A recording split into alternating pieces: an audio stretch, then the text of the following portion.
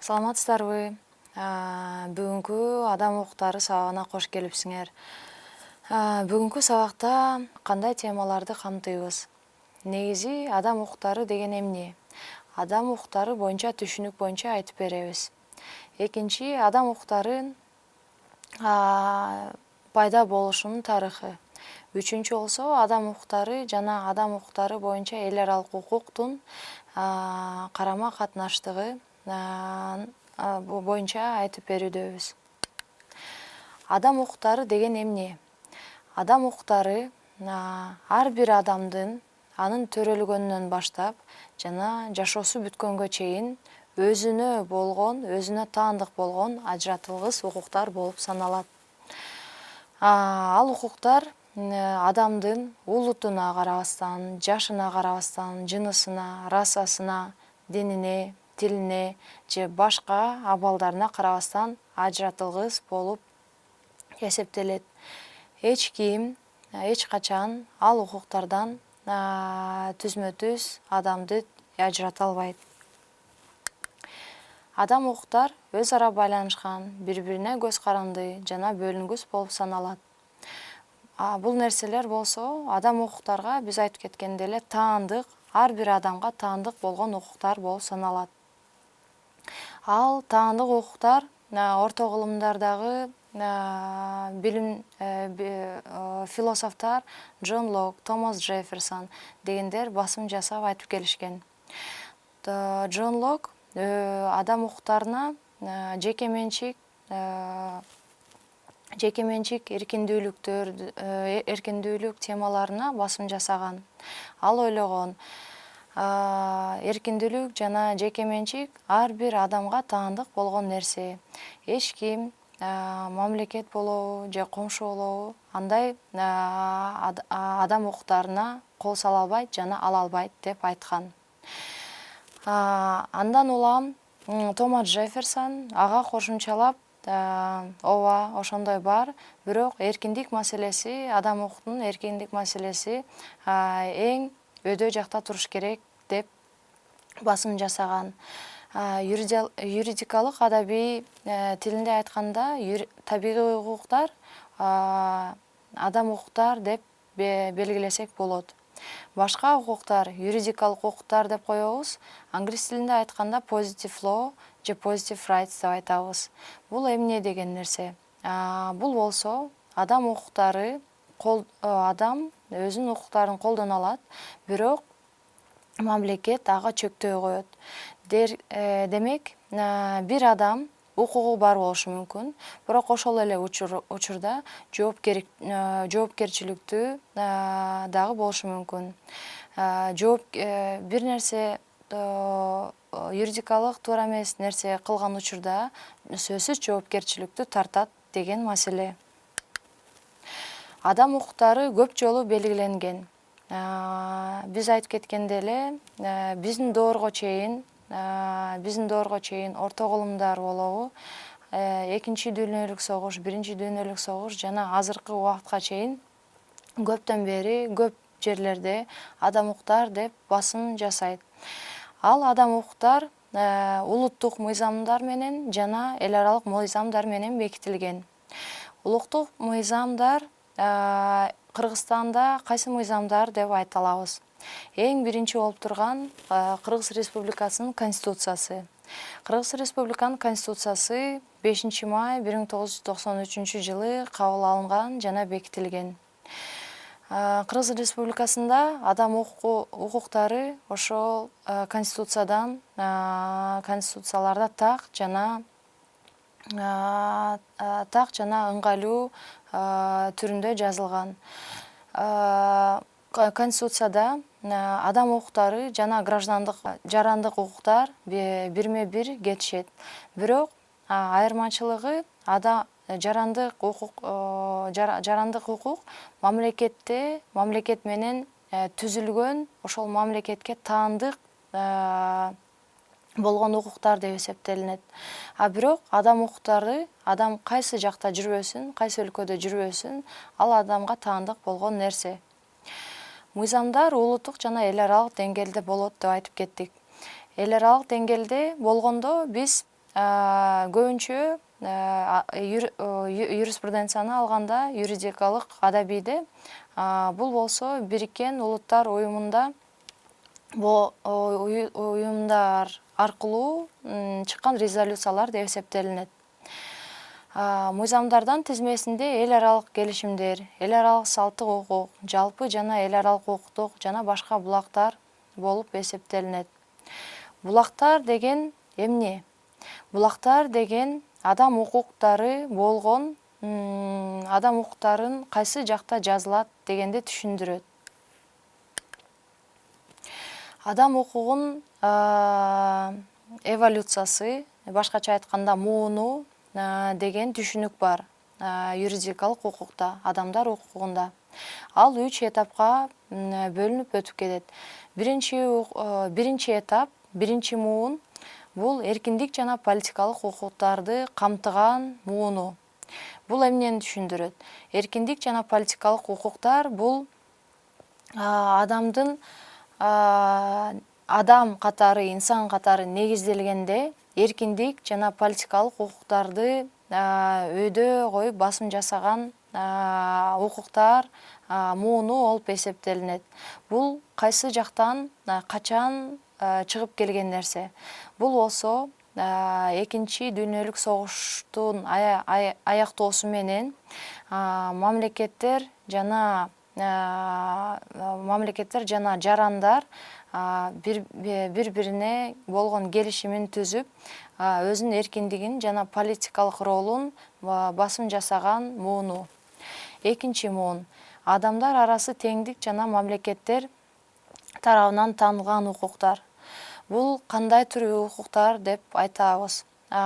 Бул болсо биринчи этап бүткөндөн кийин, биринчи муун бүткөндөн кийин, адамдар эркиндикти алгандан кийин, политикалык укуктарга ээ болгондон кийин мамлекет ал укуктарды өз деңгээлинде, улуттук деңгээлинде аларды камтыган учур деп эсептелинет. Үчүнчү муун болсо эл аралык укуктун документтерине айтылгандай жөн гана жарандык жана коомго керектүү укуктар деп айта алабыз. Бул болсо, бул эволюцияга, бул муунга эң негизгиден тышкары, бирок ал дагы маанилүү болгон нерселер камтыйт. Бул кандай укуктар? Бул болсо экологиялык укуктар, административдүү укуктар жана башка маанилүү укуктар деп эсептесек болот. Адам укуктары боюнча эл аралык адам укуктары жана жеке адамдар же топтор менен негизги эркиндиктерин колдоо жана коргоо максатында кээ бир иштери белгилүү бир жолдору менен же жасоодон баш иш-аракет кылуу өкмөт милдеттери аныктайт. Бул жакта адам укуктарында негизи эле мамлекеттин ролу абдан чоң бир ролду ойнойт.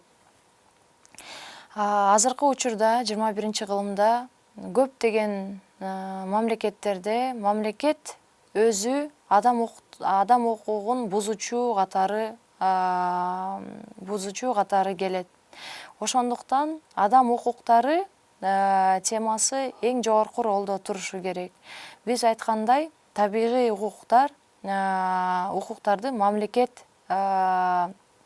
коргоочу катары, гарант катары туруш керек жана аны колдош керек. Адам укуктары жалпы бирдей жана ажырагыс. Биз айтып кеткендей эле, ар бир инсан, ар бир адам ажыратылгыс бир укуктарга ээ. Бул укуктар кайда айтып келет жана кайсы документтерде негизделген? Адам укуктары жалпы болгондугу эл аралык укуктун негизи. Бул принцип 1948-жылы Парижде эл аралык чогулушууда адам укуктары жалпы декларациясында айтылып бекитилген. Жалпы принциптер, бул жактын жалпы принциптери азыркы убакытка чейин бардык дүйнөнүн көбүнчө же болбосо бардык десек дагы болот. Ошол өлкөлөрдө мамлекет деңгээлинде буларды басым жасап, жана буларды ойго алып турган принциптер деп эсептелинет. Эгер адам укуктарынын тарыхына барсак, эң биринчи тарыхы бул биздин доорго чейин болгон адам укуктарын тапсак болот. Ал кир цилиндри деп коет. 1939 биздин доорго чейин Персиянын эң күчтүү башкаруулардан бири кир деп эсептелинет. Ал өзүнүн жарандарына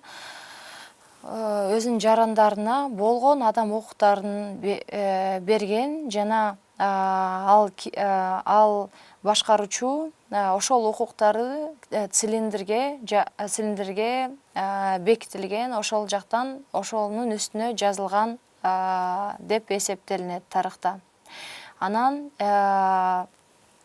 тарыхтын убакыты өткөндө орто кылымдарга келип түшүп өтөт. Бул Америка, Франция, Англияда болуп өткөн төңкөрүлүштөн далай адам укуктары дагы басым жасалып, өзүн билдире баштайт. Убакыт өткөн сайын биринчи дүйнөлүк согуш убактына келет. Биринчи дүйнөлүк согуш убактында адам укуктарын Улуттар Лигасы басым жасап айтып келген. Андан кийин экинчи дүйнөлүк согуш келет. Экинчи дүйнөлүк согушта Бириккен Улуттар уюму менен адам укуктары толугу менен камтылат. Бириккен Улуттар уюму менен Улуттар Лигасынын айырмасы бул жакта Бириккен Улуттар уюмунун уставы боюнча адам укуктары эң негизги жана бүт баары ошону урматтаган, ошону өйдө койгон принциптар жана нерсе жана маселе болуп каралыш керек. Азыркы убакта 21-кылымда биз айтып кеткендей эле 193 мамлекеттерде адам укуктары деген нерсе бар. Адам укуктары бул мамлекет тарабынан белгиленген, кабыл алынган, жана мамлекет эч качан адам укуктарын бузбай, ага адам укуктарына гарант болуп туруп бериш керек. Бунун пайда болушу адам укуктарынын юридикалык литературада адам укуктарын бекитилгени деп эсептелинет. Эмнеге дегенде, бул Бириккен Улуттар уюму мамлекеттер арасы уюмдар болгон үчүн согуш токтолсун, согуш жок болсун, согуш болгондо, конфликт болгондо түздөн түз адам укуктары бузулат деген маселени ойлонуп чыгып, ошондуктан адам укуктары юридикалык литературада ошол жактан из алып келет. Жалпы адам укуктарынын декларациясы айтып кеткендей эле азыркы убакытка чейин эң каралган, ошо басым жасалган декларация, адам укуктарына басым жасалган декларация болуп эсептелинет. Буунун резолюциялары эмнеге адам укуктары бул Бириккен Улуттар уюму менен аябай тыгыз байланышта деп атабыз. Анткени бул Бириккен Улуттар уюмунун резолюциялары абдан чоң бир ролду ойношот. Бириккен Улуттар уюмунун кандай резолюциялары бар? Англисче айтканда International Covenant of Civil and Political Rights деп басым жасап айтат. Бул эмне деген резолюция? Бул адам укуктарынын политикалык жана граждандык маселелерди караган пакт деп айтабыз. Андан тышкары 1966 кабыл алынган экономикалык маданий жана саясат укуктарын бекитилген пакттар дагы ошо адам укуктарын негиздеп бекитилип келет. Адам укуктары Бириккен Улуттар Уюмунун декларацияларында баарында эң биринчи ролду ойноп келет. Адам укуктарынын булактары бул документтерде, эл аралык конвенциялардан тапсак болот. Эң биринчи адам укуктарына тууралуу булак бул Бириккен Улуттар Уюмунун тарабынан кабыл алынган, ратификацияланган документтер. Бул кандай ратификацияланган деген маселени кандай түшүнсөк болот? Ратификацияланган деген маселе бул мамлекет улуттук деңгээлде эл аралык документти кабыл алып жана ошону аткарабыз деген убада берген нерсени ратификациялоо деп түшүнсөк болот. Экинчи булак болуп эл аралык салт болуп эсептелинет. Эл аралык салт бул мыйзам катары кабыл алынган жалпы практика деп айтсак болот. Бул эл аралык конвенциядан айырмаланат, бирок ошол эле учурда эң негизги адам укуктарынын булагы болуп эсептелинет. Бул жакта латин тилинде айтканда jus cogens же болбосо jus cogens, peremptory norms, opinio juris деген нерселер каралынат. Jus cogens деген эмне деген сөз? Jus cogens деген башкача айтканда бул ошо биз билген эле эл аралык укук деп айтсак болот. Эл аралык укук бул салттуу, милдеттүү түрдө келеки резолюциялар кабыл алышы мүмкүн, бирок мамлекеттер өз ара бири-биринин жоопкерчиликтүү болгонуна жана адам укуктарын эң өйдө жакка койгону тастыкталынып, ошо эл аралык укукту биз адам укуктарынын jus cogens эл аралык салт деп атасак болот. Башкача айтканда peremptory norms деп бул латын тилинен чыгып келген нерсе. Бул дагы эл аралык укуктагы принциптар деп эсептелинет. Кандай принциптар болушу мүмкүн?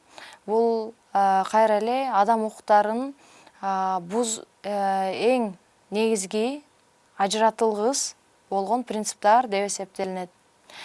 Анан үчүнчү салт катары айланган, бирок ошол эле убакта адам укугунун булактары болуп эсептелинген, бул латын тилинде же англис тилинде opinio juris деп эсептелинет. Бул эмне? Бул соттордун болгон чечими болуп эсептелинет. Соттордун чечими негизи мыйзамдуулук түрдө албетте аткарылыш керек, бирок адам укуктары боюнча Европалык сотто ошолордун чечимдери opinio juris деп эсептелинет. Анткени ал жакта адам укуктары боюнча маселе болгондо алардын алып чыккан чечими сөзсүз түрдө мыйзамдуу болуш керек жана аткарылыш керек. Ошолор жана башкалар эл аралык салт деп адам укуктарынын булактарынын бири болуп эсептелинет. Үчүнчү бул эл аралык принциптар. Эл аралык принциптар эл аралык укуктун принциптарынан алсак болот. Эл аралык укуктун принциптары бул Бириккен Улуттар Уюмунун уставында айтып келет. Бул эң негизги принциптар мамлекеттер өз арасында болгон принциптар болуп эсептелинет. Бул кандай деген принциптар? Мамлекеттер конфликт болуу учурунда ал конфликтти тополоң кылбастан, башка адамдарга зыян тийгизбестен мыйзамдуу түрдө чечүү чечиш керек деген принциптерди дагы камтыйт. Бул деген эгер мамлекеттер арасында конфликт болгондо алар коркутуусуз жана ошол жактагы жашаган жарандарга зыян келтирбегендей кылып чечиш керек. Бул деген Бириккен Улуттар уюмунду урматтап жана адам укуктарын урматтаган деген принциптерге таянып келет. Бул деген адам укуктары эң негизги бүт баарына эң негизги, эң биринчи болгон эң маанилүү маселе болуш керек деген принциптерди камтыйт. Кийинкиси сот чечимдери жана илимий публицисттер бул дагы адам укуктарынын булактары болуп эсептелинет. Бул жакта эмнени айтсак болот? Илимий публицисттердин чыгарган илимий публикациялары дагы адам укуктарынын булактары болуп эсептелинет. Анткени алар илимий түрдө адам укуктары эмне экенин, функцияларын, мамлекеттин функцияларын, өкмөттүн функцияларын, кандай болуш керек, кандай иштеш керек деген нерселерди басым жасап айтып келген булактар болуп эсептелинет.